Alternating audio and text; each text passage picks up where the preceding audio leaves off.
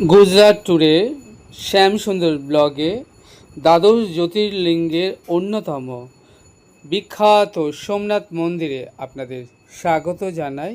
আজ আমরা এই সোমনাথ মন্দিরের ইতিহাস জানব এবং সোমনাথ মন্দিরটি ঘুরে আপনাদেরকে দেখাবো। আমি শ্যামসুন্দর এখন রয়েছি গুজরাটের বিখ্যাত সেই দ্বাদশ জ্যোতির্লিঙ্গের অন্যতম সোমনাথ মন্দিরে।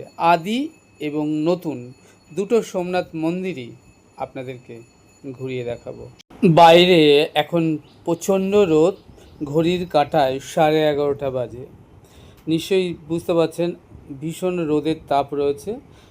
আর রাত্রেবেলা এইখানে আমরা দেখব লাইট অ্যান্ড সাউন্ড মিউজিক। আমরা এখন দাঁড়িয়ে রয়েছি আদি সোমনাথ, যা সোমনাথ মন্দির নামেও পরিচিত। এটি ভারতের গুজরাটের ভেরাবল প্রবাস পাটনে অবস্থিত হিন্দুদের একটি পবিত্র তীর্থক্ষেত্র, যা ভারতের সবচেয়ে পবিত্র তীর্থস্থানগুলির মধ্যে অন্যতম এবং শিবের দ্বাদশ জ্যোতির্লিঙ্গের মধ্যে এটি একটি অন্যতম। সোমনাথ শব্দের অর্থ হল চন্দ্র দেবতা রক্ষাকর্তা। সোমনাথ মন্দিরটি চিরন্তন পীঠ নামেও পরিচিত। আমরা এখন চলে এসেছি আদি সোমনাথ মন্দিরে। এটি পুনর্নির্মাণ করেন রানী অহল্যাবাই। আপনারা দেখছেন সোমনাথ মন্দির। আমরা এখন সোমনাথ মন্দিরে প্রবেশ করব এবং দর্শন করব সোমনাথ মহাদেব। এখন দাঁড়িয়ে আছি সোমনাথ মন্দিরে। এই সোমনাথ মন্দিরটি পুনঃপ্রতিষ্ঠা করেন রানী অহল্যাবাই। আমি এখন সেই অহল্যাবাইয়ের মূর্তি। আমি এখন গুজরাটের সোমনাথ মন্দিরে। রানী অহল্যাবাই এই আদি সোমনাথ মন্দির নির্মাণ করিয়েছিলেন। সেই সোমনাথ মন্দির, এই সোমনাথ মন্দিরের ইতিহাস বহু প্রাচীন এবং বিভিন্ন যুগে বিভিন্ন সময় এই মন্দির ধ্বংস করা হয় এবং আবার পুনর্নির্মাণ করা হয়।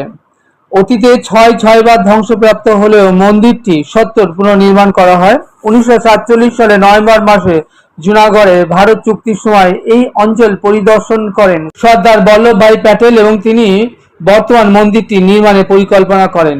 1277 সালে গুজরাট আক্রমণের সময় উলুগ খানের নেতৃত্বে আলাউদ্দিন খিলজির বাহিনী ভাগেলা রাজা কর্ণকে পরাজিত করেন এবং সোমনাথ মন্দির ভেঙে দেন। মন্দিরটি 1308 সালে সৌরাষ্ট্রে চুদসীমা রাজা প্রথম মহিপাল দ্বারা পুনর্নির্মাণ করা হয় এবং লিঙ্গটি 1331 থেকে 1351 সালের মধ্যে তার পুত্র খিঙ্গারা দ্বারা আবার ইনস্টল করা হয়। কথিত আছে যে সোমনাথ অর্থাৎ চন্দ্রদেব প্রথমে সোমনাথ মন্দিরটি সোনা দিয়ে নির্মাণ করেন এবং রাবণ পরে রূপ দিয়ে নির্মাণ করেন এবং কৃষ্ণ কাঠ দিয়ে এবং ভীম পাথর দ্বারা এই মন্দিরটি পুনর্নির্মাণ করিয়েছিলেন। আপনারা এখন দর্শন করছেন আদি সোমনাথ মন্দিরের গর্ভগৃহ। আমরা ভেতরে প্রবেশ করব। আমি এখন দাঁড়িয়ে আছি সোমনাথ মন্দিরে।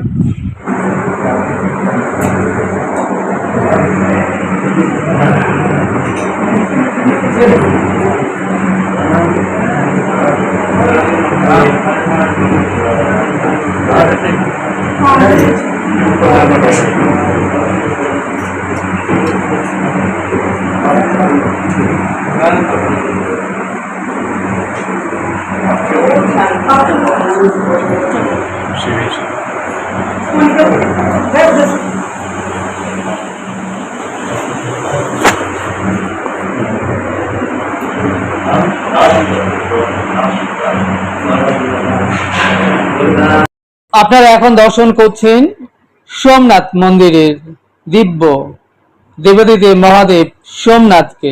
প্রজাপতি দক্ষ রাজের 30টি কন্যা, তার মধ্যে 15টি কন্যা বেশ কালো আর 15টি ফর্সা সুন্দরী। সেই কন্যাদের সাথে চন্দ্রদেবের বিবাহ হয়। এখন কালো যে 15টি কন্যা, চন্দ্রদেব তাদের ঘরে যান না। তারা তাদের পিতা দক্ষ রাজের কাছে অভিযোগ করছে যে তুমি আমাদের সাথে এমন স্বামীর বিবাহ দিলে, তোমার জামাই আমাদের ঘরে তো আসেই না, তারা ওই যে ফর্সা সুন্দরী কন্যাদের ঘরেই যায়। তখন ক্রোধিত হয়ে দক্ষ রাজ অভিশাপ দিলেন চন্দ্রদেবকে, হে চন্দ্রদেব, তোমার এত দুঃসাহস, দি অভিশাপ তোমার ক্ষয় রোগ অর্থাৎ যক্ষা হোক।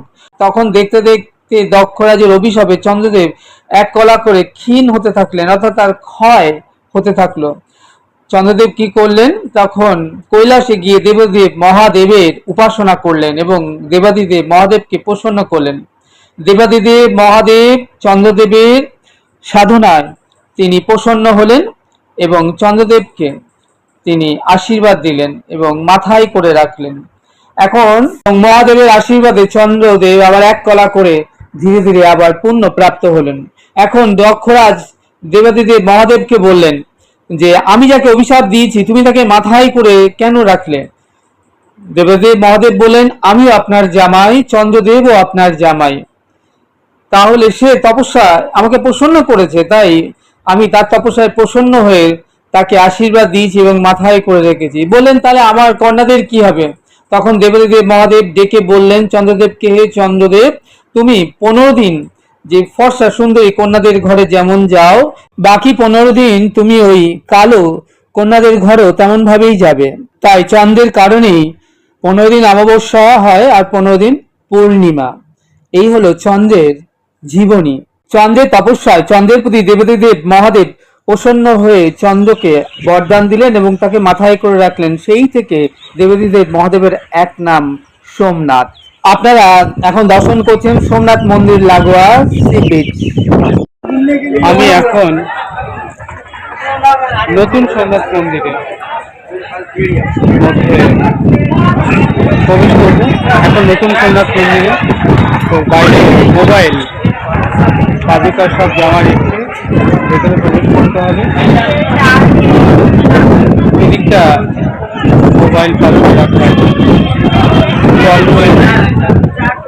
এখন প্রবেশ করবো দর্শন করবার জন্য সোমনাথ মন্দির।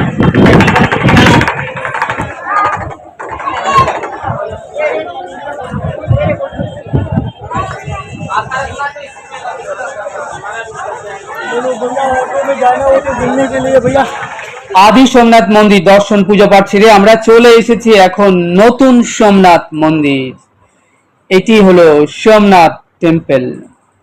আমরা ঠিক মন্দিরের গেটে বাইরে থেকে আপনাদেরকে মোবাইলে ভিডিওগ্রাফি করে দেখাচ্ছি সোমনাথ মন্দিরটি। সোমনাথ মন্দিরে প্রবেশের পূর্বেই আপনাকে মোবাইল, ক্যামেরা, ইলেকট্রনিক্স ডিভাইস, পাদুকা সব, এই যে ডান দিকের ঘরগুলো দেখছেন সব জমা রেখে তবে ভেতরে প্রবেশ করতে হবে চেকিং পর্ব সেরে। এই দেখছেন শ্রদ্ধালু ভক্তরা সব প্রবেশ করছে, এখানে চেকিং হবে এবং তারপর ধীরে ধীরে মন্দিরের ভেতরে প্রবেশ করতে হবে সোমনাথ দেবাদিদেব মহাদেব দর্শন করবার জন্য। দর্শন সেরে আবার এই গেট থেকে আবার বাইরে বেরিয়ে আসতে হবে। রাত্রেবেলা 7:30 থেকে রয়েছে light and sound music show. আপনারা চাইলে লাইট অ্যান্ড সাউন্ড মিউজিকও দেখে নিতে পারেন। আমরা দাঁড়িয়ে আছি সোমনাথ মন্দিরের গেটে এবং এখান থেকেই মোবাইলে ভিডিওগ্রাফি করে আপনাদেরকে ঘুরিয়ে দেখাচ্ছি গুজরাটের বিখ্যাত দ্বাদশ জ্যোতির্লিঙ্গের অন্যতম সোমনাথ মন্দির।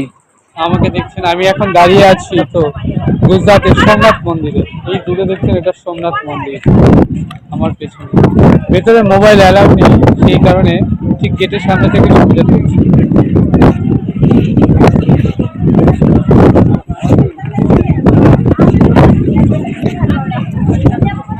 বাইরে প্রচন্ড রোদ।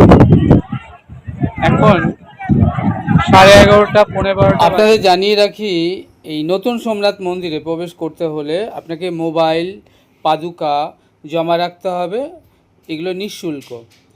আর তারপরে সিকিউরিটি চেকিং সেরে তবে আপনাকে মন্দিরের মধ্যে প্রবেশ করতে হবে।